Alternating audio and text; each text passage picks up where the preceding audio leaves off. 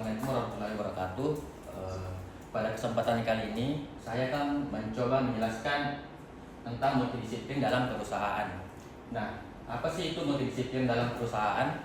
Menurutnya Konsta, multidisipliner itu kita menggabungkan berbagai aliansi ilmu untuk memahami perusahaan kewirausahaan secara kompleks. Terus di perusahaan itu dalam konteks ini bukan cuma sekedar berbisnis saja, tetapi ada proses interaktif antara individu, peluang, serta lingkungan yang sangat berdampak luas. Nah, dengan pendekatan multidisiplin, hasil penelitian perusahaan akan menjadi lebih komprehensif, kaya metodologi, serta bisa relevan dengan tantangan yang ada di dunia nyata. Nah, menurut Respati, ada 7 multidisiplin dalam perusahaan. Yang pertama itu ada ilmu penelitian. Nah, dalam perusahaan yang didasari dengan penelitian itu gunanya untuk kita bisa mengikuti perubahan yang ada di sekitar kita serta perubahan yang ada di hubungan sosial masyarakat atau manusia. Contohnya itu kita bisa lihat dari seorang pengusaha makanan yang melakukan survei lewat media sosial untuk mencari tahu menu makanan apa yang lagi tren sekarang. Nah, dari hasil penelitian tersebut, dia ternyata menemukan bahwa menu Korean food lah yang paling banyak diminati pada zaman sekarang. Seperti itulah mungkin contohnya. Terima kasih. Selanjutnya saya serahkan kepada rekan kelompok saya untuk melanjutkan keilmuan multidisipliner. Terima kasih. Baiklah, saya akan melanjutkan penjelasan dari sebelumnya mengenai ilmu multidisipliner dalam kewirausahaan. Yang kedua yaitu ilmu psikologi. Nah, dari dalam ilmu psikologi ini melihat kewirausahaan itu sebagai hasil interaksi manusia dengan lingkungannya, di mana pencarian informasi itu dipengaruhi oleh faktor sosial dan lingkungan sekitar. Contohnya yaitu ketika kita misalnya ingin membuka usaha kuliner. Nah, yang pertama yang kita lakukan yaitu meminta pendapat teman-teman yang berada di lingkungan atau calon konsumen, kira-kira apa yang mereka butuhkan. Nah, kalau maksudnya untuk melihat lingkungannya itu kita survei ke lapangan, kira-kira di mana cocok untuk membuka usaha tersebut. Kita mendapatkan informasi tersebut, misalnya tempatnya bagaimana, terus apa yang ingin dibuat, pengusaha itu memutuskan bahwa oh ternyata saya ingin membuka kuliner. Jadi setelah melihat survei, pengusaha itu kemudian membuka misalnya kedai rice bowl di lingkungan kampus dengan harga terjangkau. Oke, jadi yang ketiga itu adalah ilmu hukum. Nah, di dalam ilmu hukum itu menjelaskan aturan dan kebijakan pemerintah. Nah, di dalam kebijakan pemerintah itu kadang tidak sesuai dengan keinginan individu. Ketidakpastian lingkungan dapat mengaruhi efisiensi, menimbulkan dampak jangka pendek maupun jangka panjang. Jadi contohnya yaitu kenaikan pajak oleh pemerintah. Nah, tadinya kan pajak itu 10% naik menjadi 11%. Nah, karena pajak ini naik, ada beberapa dampak. Salah satunya yaitu efisiensi berkurang karena biaya operasional naik. Nah, karena ini pajak ini naik, jadi ada beberapa respon yang diberikan oleh pengusaha. Salah satunya ada yang bersaing dengan menurunkan harga produk agar tetap laku. Terus yang kedua, ada juga yang berkolaborasi mencari supplier untuk mendapatkan bahan baku yang lebih murah supaya tetap laku produk yang dijual. Oke, baik, sekian. Saya lanjutkan ke teman berikutnya. Terima kasih. Baik, jadi saya akan melanjutkan penjelasan dari rekan saya terkait dengan multidisipliner dalam kewirausahaan. Nah, selanjutnya saya akan menjelaskan di poin keempat. Teman-teman bisa lihat di bagian sini terkait dengan ilmu ekonomi. Nah, jadi dalam ekonomi sendiri, kewirausahaan itu dipahami pada berbagai tingkat, mulai dari usaha individu, perusahaan, industri, hingga seluruh sistem ekonomi. Nah, kalau misalnya kita mengambil contoh ya teman-teman, yang pertama itu di level individu atau dalam hal ini pengusaha perorangan. Nah, contoh nih misalnya seorang mahasiswa yang kemudian membuka usaha kecil-kecilan seperti menjual kopi kekinian. Nah, apatah lagi memang di zaman sekarang terkait dengan usaha-usaha perorangan itu sudah mulai berkembang.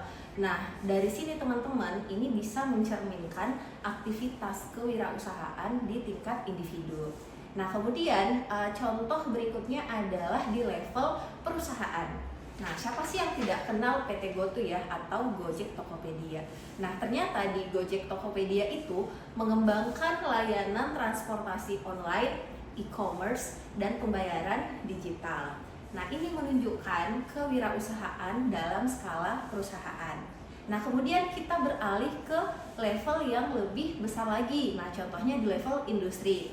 Nah, di level industri, mungkin teman-teman pasti tahu bahwa industri pariwisata yang lumayan besar di Indonesia itu adalah di Bali.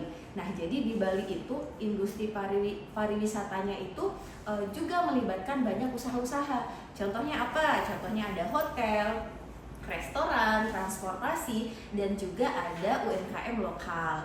Nah, jadi kalau kita melihat di kewirausahaan level ini, dia melibatkan banyak kontribusi dari usaha-usaha dan juga pasti melibatkan pertumbuhan industri pariwisata di kota tersebut gitu. Nah, kemudian kita beralih lagi ke contoh level sistem ekonomi yang skopnya lebih besar.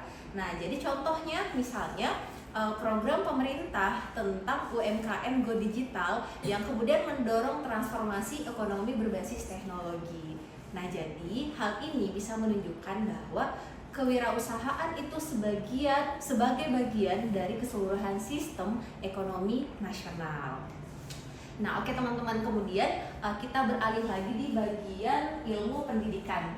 Nah, jadi kalau di ilmu pendidikan itu kewirausahaan dikembangkan melalui proses belajar mengajar. Nah, contoh misal studi kasus, kemudian pembelajaran jarak jauh yang sekarang sudah mulai tren juga ya, atau work from anywhere, work from home.